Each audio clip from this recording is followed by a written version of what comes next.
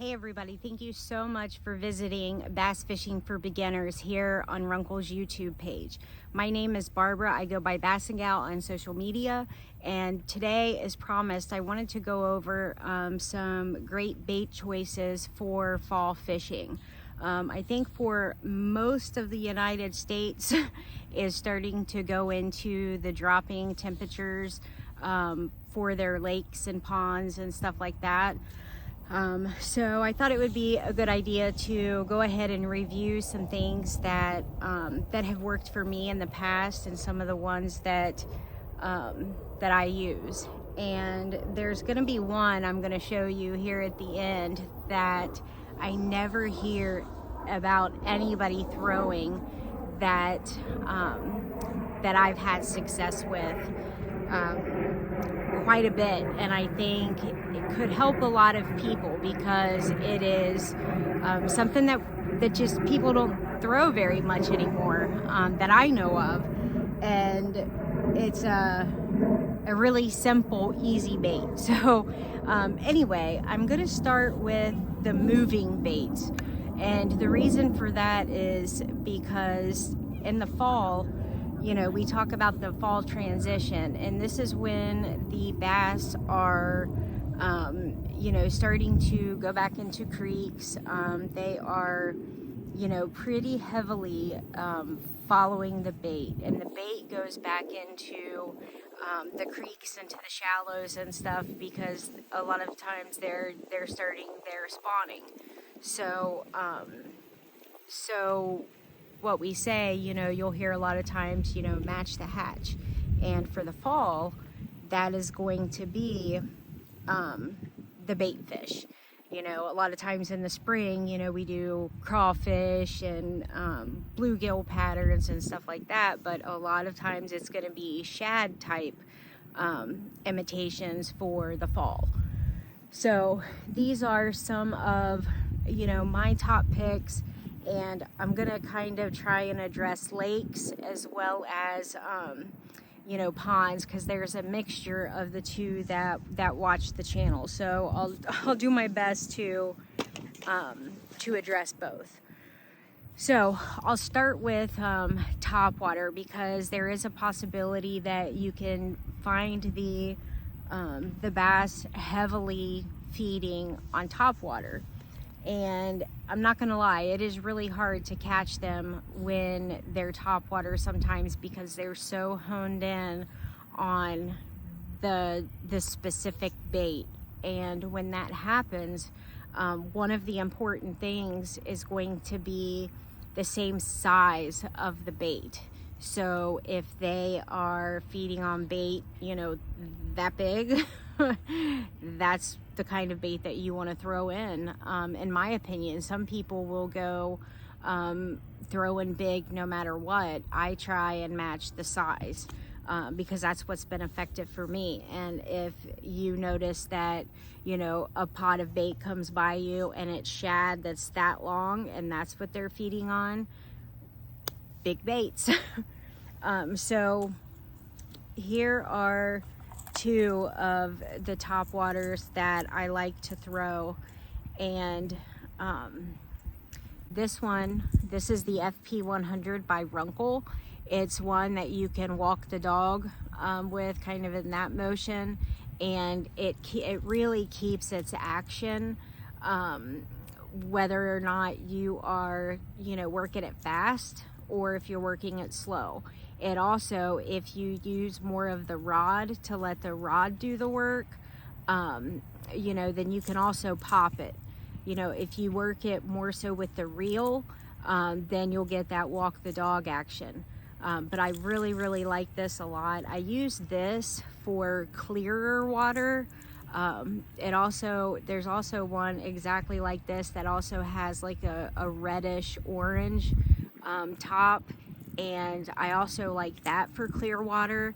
And I actually use the reddish orange for the fall, and I use this one in the summer and in late spring, but I like the reddish orange for the fall. I just don't have it with me right now. And for the white, I really like to throw this one as well. And I will throw this in kind of stained water, not really dark, but kind of off color water. Then I switch to this, and I really like this. And then for really muddy water, I will throw this one in black. Another Topwater buzz bait as well. I don't have one with me now, but a buzz bait can be productive, but I don't use the buzz bait while they're schooling. I would use that more of like a target presentation. You know, if you come upon like laydowns and stuff like that, I still think that would be productive in the fall. But this is another one that we're all pretty aware of, is the Whopper Plopper. It has become so popular over the last couple of years, and it's because it's a big fish bait. I tend to have more success on these shorter Whopper Ploppers, and I'm not even sure what the size actually is, but it's the shorter, chubbier one. And I've caught a lot more fish on this one than I have the longer, skinnier ones. And I do the same thing as far as the white or the black. The majority of the water that I fish at home is stained. There's not a lot of clear that I fish here, but in the fall we go to a lake to chase striper, and that water is really clear. So then when we bass fish there, I have to switch over to my clear stuff. Another thing that I do, if I notice that they are going after that big bait, I love to throw a big old swim bait after them. And this was actually made by Jack's Lures. He's on Twitter, and he sells his stuff on on eBay. But this keeps its action so good, and you can work it really slow. And honestly, like when you see it working in the water, you're just kind of like, how can any fish just let it go by? It's such an easy meal for a lazy largemouth. So if they are feeding on bait that's big, that's what I throw. And also, you can't forget your rattle traps. I really like these rattle traps with the blade in the back. I think it gets me more hits, but you know, if they're not hitting the front and really committing to it, then you will lose some. But I love this is the VC 200 from RUNCL, and I really like this color for spring. It's got a lot of flash to it, and it's got that red head, and like I said, it's, you know, really good red and orange for the fall time. And the other two, now I'll throw that I'll throw that color in clear and in muddy water. Now, if the bait's small, I will go down to a 1/4 ounce. And if you see, this is my clear water that I use, and then this goldish black one is the one I will throw in. I mean, I've actually thrown it in clear water and been productive, but I like it more for that murky, dirty water. And they actually do have one in black. It just hasn't been available when I've been looking. So, now for another one, if it is small bait, I love this. And you may have never even seen this because it is made by Turbo Bounty Hunter. And this is his Turbo Mini. Look at that. What I really like about these and the bigger ones is that it will keep its action and you can work it really slow. And this is the 3-inch RUNCL Pro Bite swim bait. And so if they are feeding on small bait, then this is an excellent bait to throw. And I really love this white. I like the white and pretty much any color water. But he actually makes this in Fire Tiger, Chartreuse, and white. Actually, I have the Chartreuse and white right here.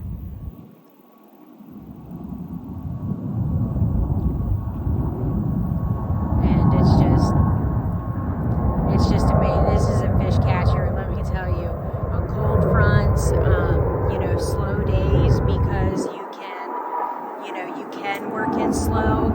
If it's windy, cloudy, this is a phenomenal bait to throw. And again, it's Turbo Bounty Hunter, and you will catch lots of fish. And he does make bigger ones. I have several that are 3/8. I think they're just packed up right now at the boat. So that is all for the moving baits right now. So now to plastics, and this gets, you know, I mean, the sky's the limit when it comes to plastics. I mean, you can get so creative when it comes to stuff like that. And the bait that I'm going to show you is a moving bait, so I'm going to circle back around to that. I haven't forgotten. But for plastics, these, I mean, you can never forget about the Cinco. It falls. It had, you know, I'm running out of these, but I mean, these have been my baits all year long. I have caught the majority of my fish this year on this RUNCL Pro Bite Cinco, and the black, the night black. And again, it's because I fish, you know, this murky water, so I really like the color black. And right now, I'm actually trying a white. I have a white Yumdinger on. RUNCL's actually, they cannot keep the white Cincos in stock. They sell so quick. I would recommend that if you see them in stock, grab them up. Because the RUNCL, the good thing about the RUNCL Cincos is, you know, they're about this, you know, the same price as regular Cincos, but you're going to get 15 of them instead of 7 or 8. And you're going to be able to catch more than one fish on the Cinco. Whereas regular ones, it's a one and done, usually. So I highly recommend, you know, throwing the Cinco. You can actually throw a Cinco into a school that's chasing bait. That's when I would throw a white one. A little secret to that, if you know, if your Cinco is too big and you know that that the bait's this big.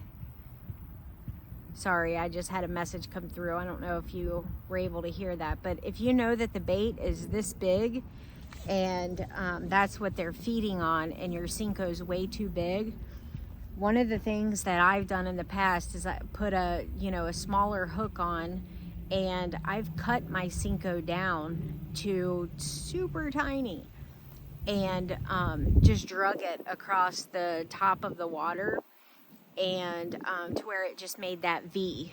And it sounds really stupid, but I have caught some amazing spotted bass. I think I've only caught one largemouth ever on it, but when it's been the the spotted bass that have been schooling, I've caught some really, really nice spots on it.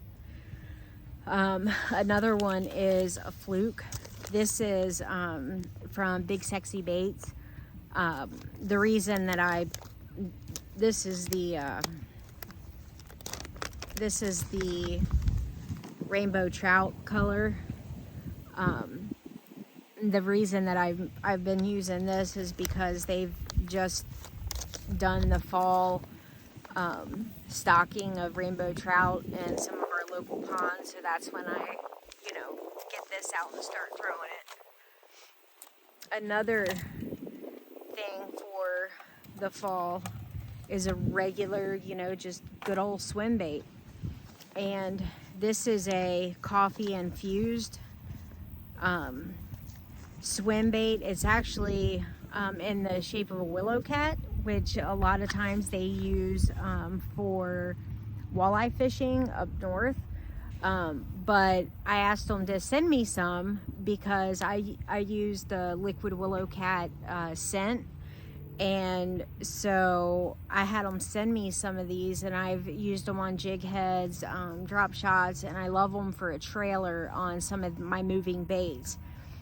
So I really like these as well. And like I said, I mean, you can fish them in a lot of different ways, but it's just got really, really good action to it. So I always have some of these. And then Eric with Liquid Willow Cat, he actually makes these in a lot of different colors as well. Pretty much probably any color you want.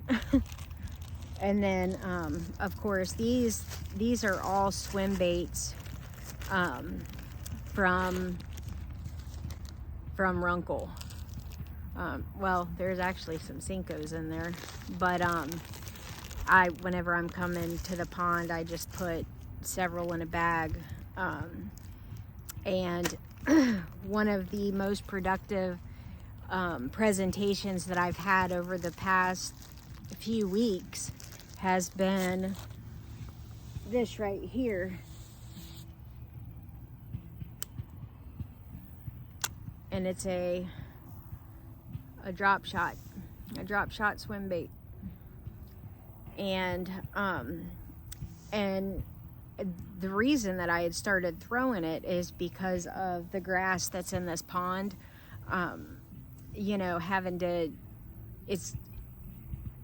It's just, a couple of feet, a little bit off of the bottom. And so you can't fish a Texas rig. It's really hard to throw a shaky head and stuff like that. So I was like, why not? And I've caught some really nice fish out of this pond on the 3-inch RUNCL Pro Bite swim bait. So if you know that you're around some feeding fish in the fall, whether or not you've seen them schooling, you see a bunch of bait, you've gotten a bite, if things have slowed down, you can always follow up with your Cinco or with your swim bait and just kind of dead stick it and, twitch it a little bit. And I might do a video on, a technique such as, dead sticking it or, something like that. And, when it's best to do something like that, because, gosh, I had fished for years before I knew when it was a good idea to dead stick it, because it's really tough to do that. I still have a hard time doing it because I feel like I'm catfishing. But there is a time and a place to do that. And when you're around fish and you're having a hard time getting a bite on your moving stuff, but they're there, a lot of times that's a good time to do it. So the drop shot with a swim bait is good, and you can put a worm on it. There's lots of different things that you can put on it. It's just when they're eating baitfish, that's when it's a good time, in my opinion. And the other thing, your shaky head. Still, doing like a shaky head on points. And, you know, if you're on a lake, you know, you have to imagine that, and it doesn't have to be a worm. You know, it can be one of the swim baits, you know, that, because it's going to nose down on a shaky head and it's going to look like it's eating something on the bottom. That's what it's going to look like to the fish. And so if you considered, you know, that the bait fish are starting to move towards the backs of these coves and stuff like that, they're going to have transition points, you know, places where they stop and feed. And so those places, you know, are, first of all, they're places that reload, you know, when several fish come through, you know, rest, whatever, you know, eat and stuff like that, they're going to move on, and there's still going to be more behind them. They don't all go at once.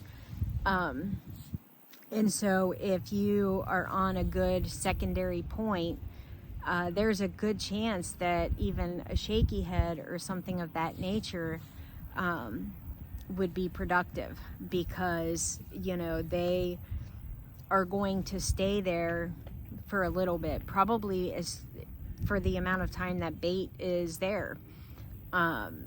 So again, you can, you know, a drop shot, a shaky head, a jig, throw in, you know, trying the topwater, you know, just trying to see if you can get a bite as you're working your way back. And then as far as, you know, that same thought pattern when you are at a pond, you know, I always try to say, make every cast intentional. And what that means is, don't just willy-nilly just, you know, cast and, you know, look up for butterflies and stuff like that, you know. If you pay attention to where you are casting, and let me show you here. These are a pair of the RUNCL sunglasses, okay? They float, and I'm not lying, they float. They're like a little over $20 on Amazon. If you check and it says on Amazon sold by RUNCL, it can't be RUNCL direct, it can't be a third party, but if it's sold by RUNCL, then you can use my code, which is BJ Harris, and you can even get a discount on it. But these are amazing sunglasses. They are polarized, and you will be amazed at what you can see under the water.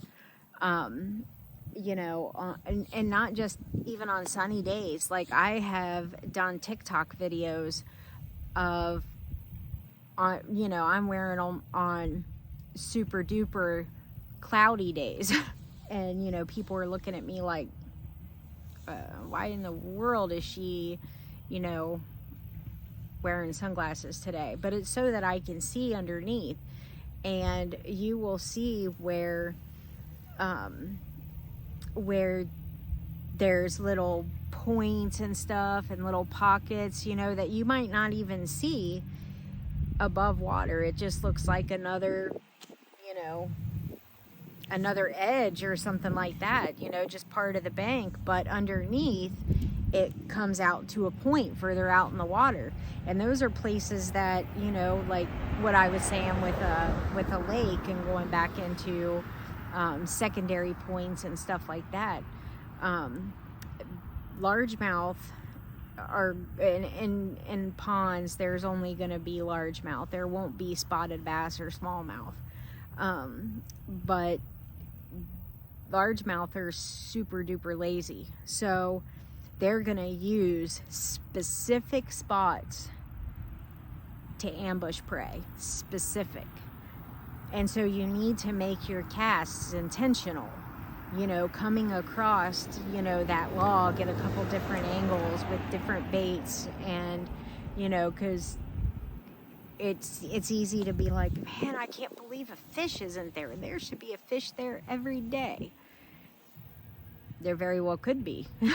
You know, you just can't catch him. And so be looking under the water for those places, because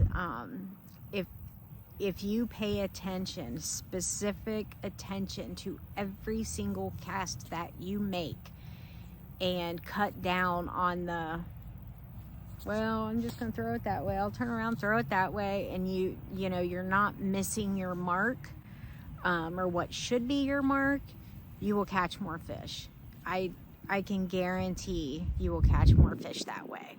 Make every single cast count, and every time your bait is in the water, imagine that your personal best is out there looking at it, because we have no idea how many times our personal best was actually looking at our bait, and if we knew, we would probably be disgusted and not want to fish anymore, because we get too impatient. We're already thinking of our next cast before we even finish that cast, and that's a hard habit to break. I'm still trying to break it, and I've been fishing forever. You know, so just keep that in mind. And as promised, now I'm gonna have to look up the statistics because I don't remember specifically, but there was a tournament that was won on Dale Hollow. I'm gonna have to look it up, but this guy came back and he won a tournament on Dale Hollow Lake, and he had caught his fish in this little main lake point and pocket, and he just slayed the fish. And what he caught all of his fish on, and this was a tough tournament, the weights weren't that big. I don't remember exactly what his weight was. I'm gonna have to look it up, but it's gonna make sense to you when I show it to you on that. Your line goes into this little itty bitty hole right there, and if you don't know what this is a silver buddy, and what that is it's all flash. That's what it is. You can crank it fast, it's gonna sink super fast, so you can let it drop down, you can yo-yo it, you can pretty much do whatever you want with it, but it is super duper effective. And the size of it, and with that flash, it can be really productive. You can go out, when we were talking about the points, you can go out and use that on the points, and but you can go out and fish that out on the points too, because if they're out there and the bait's out there, there's a good chance that the bait's going to be around that size in a lot of places. There's very few places where I go where the bass are schooling on the big bait. Sometimes, but not usually. So definitely keep in mind about that small silver buddy. I actually had one. It's not a silver buddy, but it's the same concept. I had one custom made for me from Marty's Lure, and I had it, you know, the chartreuse and with the blade, because of the color water that I fish the majority of the time. And I love it, and I don't actually miss as much because I got that trapper tackle hook on the front. Unfortunately, they are out of business, which sucks, because I'll tell you what, the hooks are amazing. You very rarely will have a fish, if they're actually hooked, they'll very rarely throw that. But like I said, they're out of business. So I hope this was helpful. If you don't mind, go ahead and, you know, hit the like button and subscribe to RUNCL's channel. It would really help them out a lot. And, you know, hopefully you found value in the video. If you have any topic suggestions, let me know, and we'll catch you the next time. And definitely check us out on TikTok, Instagram, Facebook. We're all over social media. We do giveaways, you know, so definitely get involved that way as well. You know, we have a lot of things coming up, and, you know, Christmas will be here before you know it. So be stocking up on some RUNCL gear, because you'll definitely be happy that you did. So, alrighty, we'll catch up soon. Bye-bye.